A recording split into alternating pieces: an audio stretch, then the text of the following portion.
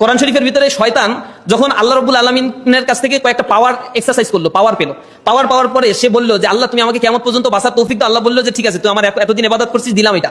দ্বিতীয় অপশন বললো মানুষের শিরা উপশিরায় রন্ধে রন্ধে ঢোকার তৌফিক দাও, দিলাম।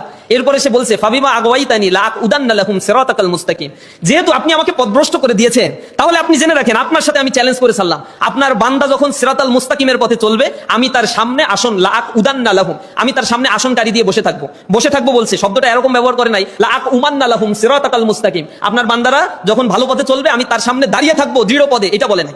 দাঁড়িয়ে থাকলে ধাক্কা দিলে সে সরে যায়, ধাক্কা দিলে তার কদমটা নড়াচড়া করে, কিন্তু কেউ যদি বসে পড়ে তখন তাকে টেনে হিসছে তার আসন থেকে সরাতে হয়। শয়তান শব্দ চয়নের ক্ষেত্রে স্মার্ট, সে শব্দ ব্যবহার করেছে, আরবিতে একটা শব্দ ব্যবহার করা হয় ডাবল তাকিদ, ডাবল দি, যেটাকে ব্যবহার করা হয় এমফাসাইজ করার জন্য। এটাকে বলা হয় লাআকুদান্না, লামে তাকিদ ওয়া নুনে তাকিদ বা নুনে সাকিলা। আরবি গ্রামার যারা বুঝেন তারা বুঝতে পারবেন, এটা হচ্ছে ডাবল গুরুত্ব দেওয়া হয়। অবশ্যই অবশ্যই শব্দের অর্থ হচ্ছে অবশ্যই অবশ্যই, এর উপরে আর কোনো শব্দ আরবি গ্রামারে সাধারণত ব্যবহার করা হয় না, ডাবল এমফাসাইজ করা হয়। এই এমফাসাইজ দিয়ে শয়তান বলছে অবশ্যই অবশ্যই আমি বসে থাকবো, তার মানে সে কিয়ামত পর্যন্ত এই কাজটা সে করবে, সে কমিটেড।